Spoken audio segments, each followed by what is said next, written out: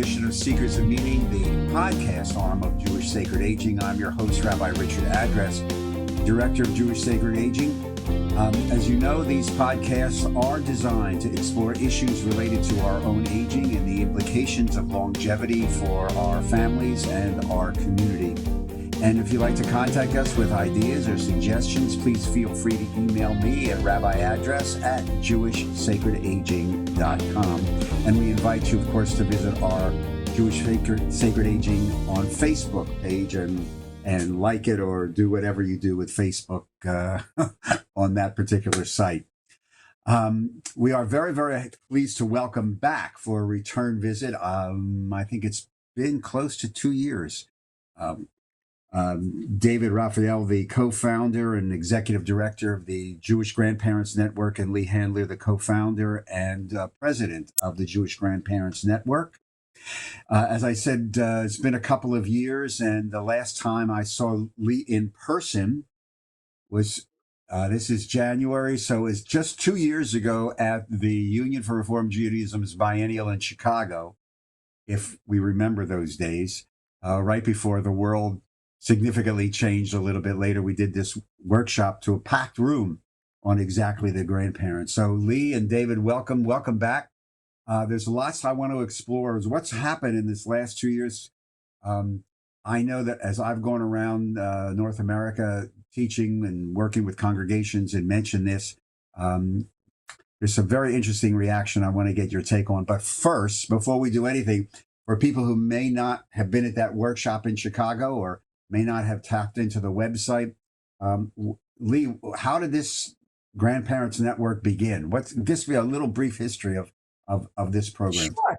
I became a grandmother for the first time in 2007. That grandchild is now obviously 14. And I now have 6 grandchildren ranging in age from 4 to 14. But it was the arrival of the first grandchild and my interactions with her that revealed to me pretty quickly that the grandparent role within the context of our very different changed Jewish families was quite unlike the grandparent experience I had grown up with or anticipated. And what I realized was that grandparents, when they were involved in their grandchildren's and families' lives, were on the front line of family engagement rather than bringing up the rear, because we were usually the first point of reference. We were the people who were basically the enablers of any kind of Jewish experience that many of these young families are having. And at that point, or very early in my experience as a grandparent, I had 3 children who were in a multi-faith marriage. And each one of them had committed to raising their children as Jews, but for each family that meant something entirely different.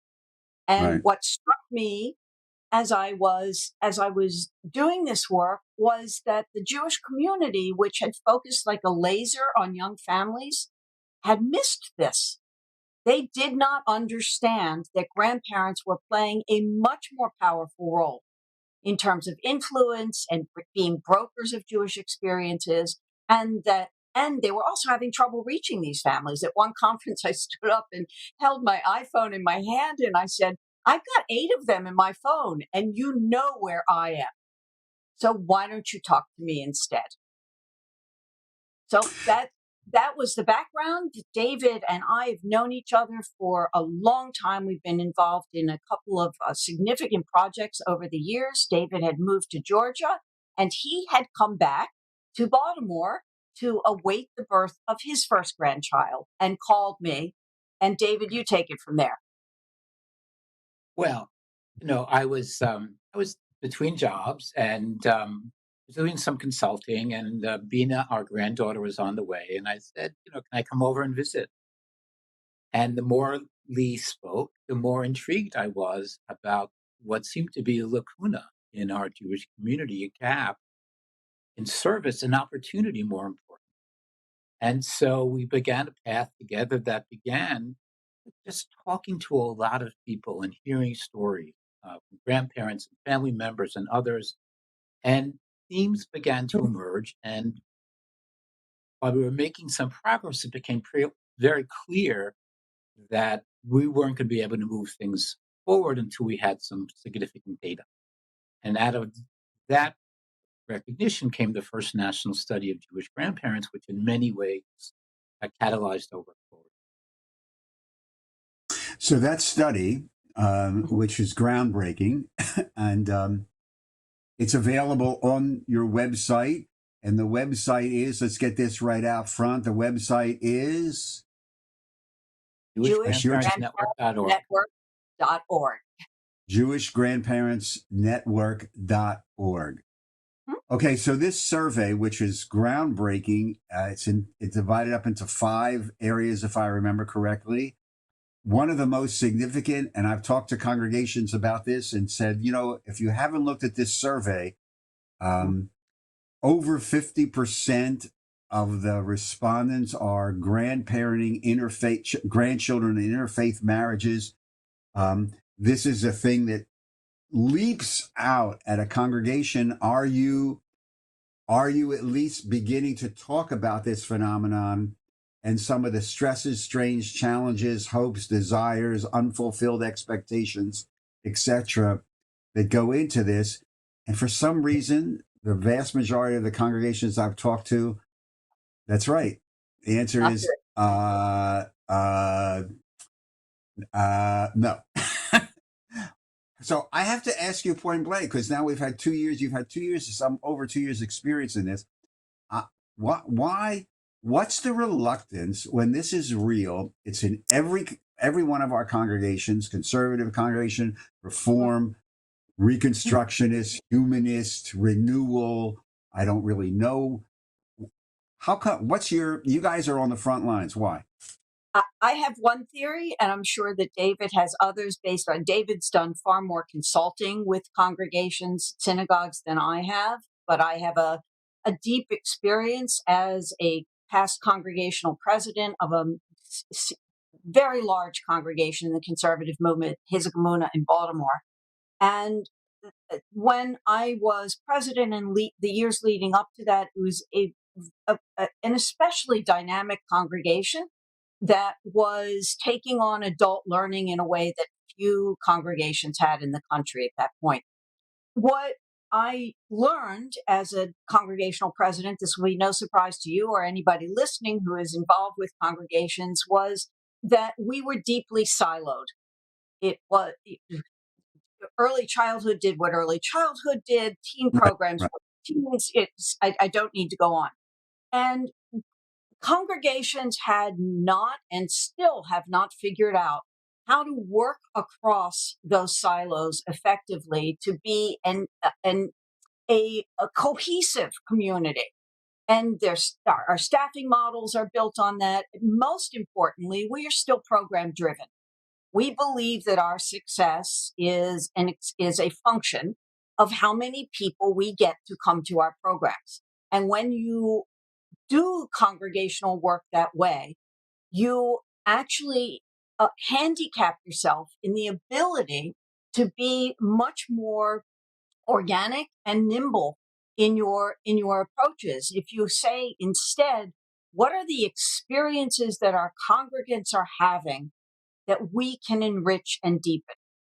And that is a very different question from how many people can we get to come to the program, first of all, that we're designing, that usually the target has no hand in developing. And when you flip it around the other way, it's what's fascinating to me is that grandparents, number one, are some of the most fundamental, the core membership of synagogues. They're also the people who have been involved in the governance, sometimes the creation of that synagogue, and certainly and have invested in those congregations. What's fascinating to me is that if synagogues approached grandparents, it would be a very easy model for breaking down the silos, because there are grandparents in every single one of those programs. I'll stop there. So David, your reaction, Yeah. Okay. Yeah, I would say perhaps three things. I grew up in an era, maybe we all grew up in an era, the three of us, that is to say, when, having a child marry out of the faith was equivalent to death. In fact, we saw movies when I was at Salmo Schechter School where the gentleman was in mourning, and the last scene of doing all the things in his house, and the last scene was his daughter being married in a church. So I think there's a half life to that kind of cultural Yep. fear of interfaith families, intermarriage, or there's a quality of PTSD that we still carry with us. Oh my God, this is like the worst thing that ever happened. I think that's one. I think the second thing, especially in certain denominations, there's almost a dissonance when it comes to how they think about engaging folks from multi-faith families. We want you to be part of our community, but you can't get married. And so there's almost both a dissonance and a mixed message that I think send out. And I think the third thing I would say is, as it relates to the first point, is that I don't think communities, congregations, and congregations see the extraordinary opportunity that exists to engage multi faith families with Judaism that is rich and interesting and dynamic and meaningful, and that we believe that grandparents are essential to sharing that. So, I mean, we could probably do a couple of hours just on the interfaith issue and all. And there are now organizations, because we've had some people on Seekers of Meaning podcast that are really trying to raise this issue in a more fundamental Mhm. and institutional way, all across the country. So, but there's other aspects of that survey, not only the interface stuff, but there are other aspects of that survey that were very, very profound. And Lee touched on it as, in many families, grandparents are the primary caregivers. In many Mhm. families, whether they're interfaith married or Jewish marriage, it is the grandparent who is the primary transmitter of Jewish values and traditions, given the shift in Mhm. family affiliations, et cetera, et cetera, et cetera. So in these last 2 years since COVID, which obviously Mhm. put a hold on a lot of stuff, what's been the major programmatic thrust of the network, given the fact that everything is sort of like living on Zoom? Mhm. You want me to do that? But Sure. I'll just say that Go ahead, because Lee. one of the benefits of being a small and young organization is that you can be a little bit more nimble and responsive. There, we have a very a small staff, a very tight team of leadership, and a wonderful group, both as our National Advisory Council and our board members as well. And David, I think, was sort of the first to really think deeply about the exactly what he said before. This was not a disaster; it was an opportunity. And how were we going to seize this opportunity? And I'll pass it over to David. Well, one of the things we asked folks in the 2019 study is how many grandparents are engaged, connect with their grandkids using virtual media, Zoom, and FaceTime in the previous year. And 40% of grandparents, no, I don't, is that the right one? Yeah, it's yeah. That less than half of grandparents, 47%, said that they hadn't been engaged, they hadn't connected with their grandkids via Zoom or FaceTime or any other kind of virtual media in the last year alone. So half of grandparents weren't using um, virtual communication. We did a smaller survey during COVID, and that number is now over like 85% are Zooming with their grandkids two, three Doing that, times a right, week. right, right. We also know that through our 2019 study, that 40% of grandparents live at least 5 hours or more away from their grandkids by car, bus, or train. So we recognized that we had to go virtual, but we also recognized that so many of our grandkids are zoomed out, as we are. Mhm. And so like we'll get on the phone and I hear my granddaughter screaming in the background, "No, I don't want to talk to Sadie." And, a lot of us get that because they spend their lives daily, on Zoom and virtually. So we explored with our leadership how to make virtual communication more multidimensional and more engaging and more fun. Um, and we created something called the Family Room, Right. which just launched about 2, 3 weeks ago on our site, recognizing that the majority of important grandparent grandchild reactions happen in the home, grandkids' home with grandparents.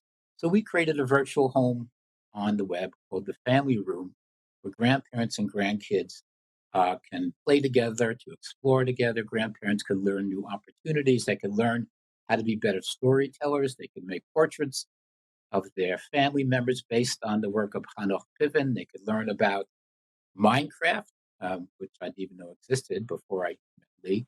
Um, and this is just the beginning. And we have launched this and about 3 weeks ago, with over 60 different opportunities in 8 different categories for grandparents, grandkids, and families. And we are offering it no cost to other organizations to post on their websites, because part of what we recognize we've always wanted to do, and this is something Lee has been such an important force in moving us forward, is how do we bridge the home organization? How do we bring home into the organization and organizations? So And the go ahead. go ahead. No, go Go. ahead. Um, I just wanted to add that I have in from my privileged position as a grandparent and as a grandparent of a majority of multi-faith marriages in within my larger family system. I became very quickly aware of something that scholars of Jewish life have been noting for a while, but I was now personally experiencing it. And it was that the fulcrum had shifted from institution to home for many of these families. Their experience of Judaism was going to be a home-based experience. They weren't joining JCCs. They weren't joining synagogues. They weren't involved in federation, which was the natural pathway for many of the American Jews in our generation, but not at all for these millennial parents and Gen X parents. It was not their instinctive move. Their instinctive move was to kind of circle the wagons around and have their major experiences of Jewish life at home. And the challenge is for organizations, and I think that is part of what the pandemic has so powerfully demonstrated, is that there's a huge culture now of do-it-yourself Judaism. And the question is, how can organizations and institutions committed to the vitality of Jewish life support that? They're not going to change it. This is where people are in their lives. So you meet the learner where they are, and you meet the opportunities where they exist, and you adapt. You have to adapt. Yes or I said, no? Yes or no? Yes or no question. Given the fact that I what want to you know what said, the and there's a lot of concern about the deinstitutionalization of the American Jewish community. So you guys are on the front lines with the network. Um, do you see now the future really being home oriented, or do you think as this pandemic wanes, hopefully sooner rather than later, there's going to be because there's a lot of people who say eventually everything's going to come back. I don't think so. Nope. But you guys, programmatically, institutionally as a network, your focus is going to be on home stuff. Is that correct? Is that what I'm hearing? uh, no, yes. No. Not Oh, not okay. not, I know. not exclusively, and Okay, not then talk to entirely. me about. Okay, Mhm. so talk to me about how you're going to, in your vision and with your leadership, how are you going to bridge that gap and get this, like the family room and all these programs out of the family room? How are we going to market that, to use a crass commercial term?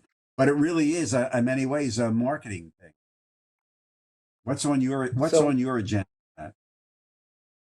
well, um, if you go to the Family Room, uh, there is again this wonderful post by Hanoch Piven who's a wonderful Israeli artist, who shares with grandparents and family members how to make portraits of family members based on things you find around the house.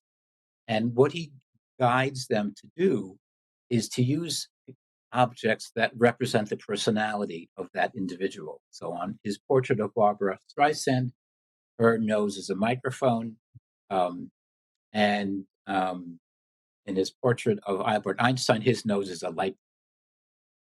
That's an interesting opportunity for grandkids to be thinking about the nature of their families. But there's no reason that can't be done in a preschool program or a Jewish day school as a way of opening up discussions about their families and their family stories and their family history. There are multiple opportunities on in the family room that I think allow organizations, educational institutions to bridge that gap and engage in really fun activities that link to the home. So there's no reason that an organization couldn't take activities in the family room and use them in a youth group or a preschool program. I got to And ask you. I got to ask you. Go ahead, Lee. Go ahead. and that so what's exciting to us is the opportunity to work with organizations, real equality organizations that see that they need to shift in their orientation in order to do what all of us want to do, which is to ensure a vital Jewish future. So if they're true to their mission, which is to do that fundamentally, and they have different platforms for doing it, then what we're excited about is the opportunity to work with some of the most frontline organizations who are doing this. Hagadot.com is a perfect example. They are sort of the premier platform for do-it-yourself Judaism, and we have worked with them. We created the Dayenu Seder, which was specifically designed. It was what I saw as I looked at the outpouring of content that was available for the first year of Passover during the pandemic. What struck me was that it was emblematic of how talented professionals often work in the Jewish world. We're going to tell you what you need, instead of flipping it on its head and saying, where are people right now?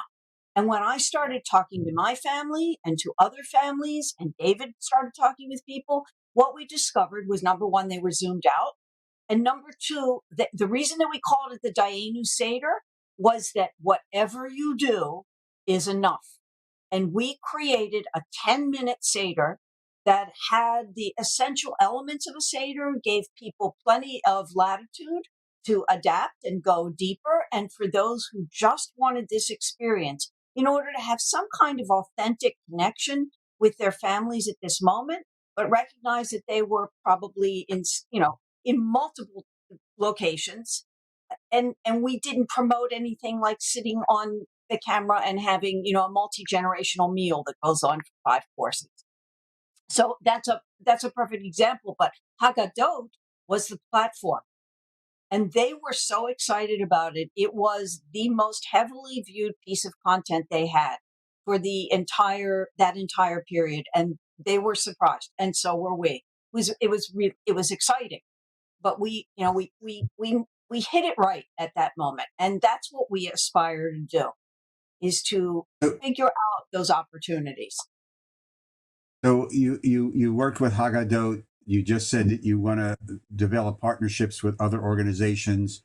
So could you tell me, just in this last couple of years, what other organizations have you then partnered with to get this information out there? David, you want to take? Specifically in terms of the family room, we've reached out to a number, for instance, specific JCCs around the country who've agreed to make this available to their communities. We are making this available to Shalom Learning, who are the largest provider of promote Hebrew school programs in the country, and they will be using it. We also will be working closely with you. What is it? URJ, who will including this content on their website as well. URJ is one of those organizations that have really done a magnificent job of reaching directly to consumers to engage them in Jewish life, and they've been terrific partners in thinking about how to Well, how we can that's share. good to know since I worked for them for three decades and my daughter for almost a decade. So, The, hoorah for the URJ. another Yeah, response to that question, go ahead, Lee. David, and Yeah, I'll add to this, I'm sure, is that in creating the family room, which is a very ambitious effort, we never thought that we could generate all of the content ourselves. And it has given us a yes, wonderful opportunity to partner with creative and exciting organizations and institutions that understand the potential of this. So, just for instance, Minecraft and the whole category of grandparents and teens around digital games has been largely informed and continues to be by a wonderful organization called Lost Tribe, which was founded of just a few years ago. And their basic mission is to engage the 80% of teens who aren't involved in any formal programs in Jewish life. Because if we keep focusing on the 20%, we're looking at a very circumscribed future. And the question that they posed was the same question that we posed. Where are they? Well, they're all online, and many of them are playing digital games. So how can we create a connection with them, a relationship with them, and then make that the quality of those experiences fundamentally Jewish? And they're doing an extraordinary job. David, I'm sure can yeah. I give have one other. other organization I want to mention that we're hoping to work with going forward, and that's Honeycomb, which used to be the Jewish Teen Philanthropy Initiative. I believe. Now part of Jewish Funders Network. Is that The right? network, right? The Foundation for Jewish whatever. Anyway, so we hope to work with them to create content for grandparents to engage their grandkids in Jewish philanthropy and to post that um, on in the family room, and to have the kind of uh, activities that will engage uh, grandchildren of all ages. My first philanthropic activity with my granddaughter was to buy her a stockpile box when she was 2, and so creating that sense of commitment to Tikkun Olam and Staka is something that grandparents can play a very, very strong role in. And organizations like Honeycomb do this work magnificently. So before we start running out of time, I just want to ask you one last question here because obviously the thrust of a lot of the work since the birth of the organization and in COVID has been this connection. You can talk about this connection between grandparents and grandchildren electronically, of whatever, artistically, educationally. But grandparents themselves, our generation, are undergoing, because this is the bailiwick that we play in with Jewish sacred aging. Um, so many spiritual issues, concerns, issues about our own growth, who we are, our aging, our relationship with our families, how to let go, how to deal with our adult children, not necessarily our grandchildren, but even our adult children who have the temerity to grow up and lead independent lives. It's like, And make their so own my choices. so my question is it, are you involved with, or do you have plans to really create perhaps a segment of the website or an interactive aspect where I'm a grandparent? Yeah, I've done all this stuff, but I have some other issues that are specific to who I am. Where is that on the horizon? Yeah, I David, can address answer. it. Um, so, last year ago, we held a series of 3 focus groups on grandparenting or webinars, grandparenting during COVID. And it was very clear that grandparents needed to talk to each other. There was a lot of service and sadness around COVID, and we recognized the need for grandparents to talk to one another.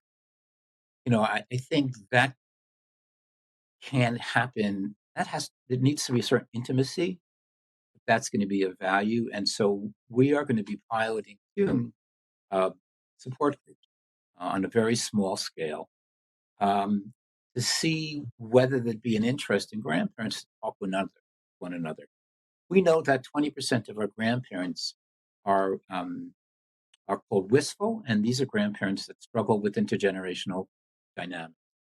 And often they're very painful, and there's I think a significant opportunity and need to allow grandparents to talk to one another. The other thing that we've done that has been wonderful is in partnership with Jane Shapiro over Art to create a 5-part Jewish learning series for grandparents. And we're looking for ways to build on that, create more and more learning opportunities for grandparents. We were in conversation with, now of course I can't remember the name, the Jewish Learning Organization in New York, to think about how we create more Jewish learning opportunities for grandparents. We also plan, David, if Yeah. assuming we can get the funding and support, and there are a number of people who think that we are one of those frontline innovative organizations in Jewish life right now, and we have demonstrated with a great deal of data and both qualitative and quantitative that grandparents matter. If you want to invest in the future, invest in grandparents and we will help you to figure that out. So one of the other aspirations that we have is to hold conferences that will be quite different from the normal conferences that are held. First of all, they'll be regional, and they will be equally attended by experts in various fields and areas of interest to grandparents and grandparents. And these two groups are going to, oh my gosh, learn from each other and to think about what the future looks like, what the pathway looks like to healthier family systems, more dynamic family systems, and families that embrace Judaism for the lives they want to live, not the lives we want them to live. So that's another example. Yeah. No, thank you very much. And it's a great summary, coda, and aspirational way to conclude the conversation. Lee Hendler and David Raphael from the Jewish Grandparents Network, co-founders, David, executive director, and Lee, the current president. Thank you very, very much for joining us here on today's edition of Secrets of Meaning. I thank you. Continued good luck. Say hello to Smith Avenue for me, around the corner from probably where you are. And to all of you, I want to thank you again for joining us on today's edition of Secrets of Meaning, the podcast arm of Jewish Sacred Aging. If you'd like to make a tax-free donation to help support our work, please go to the website, jewishsacredaging.com, and scroll down to the conveniently located donate button. Click on it, just follow the prompts, and we thank you very much in advance. Secrets of Meaning is recorded at the studios of Lubeck Media Companies in beautiful Cherry Hill, New Jersey. And again, a shout out to our producer, Steve Lubetkin. I'm your host, Rabbi Richard Adres, and we look forward to seeing you on the next edition of Secrets of Meaning. In the meantime, everybody stay safe, stay healthy, get vaccinated. Shalom.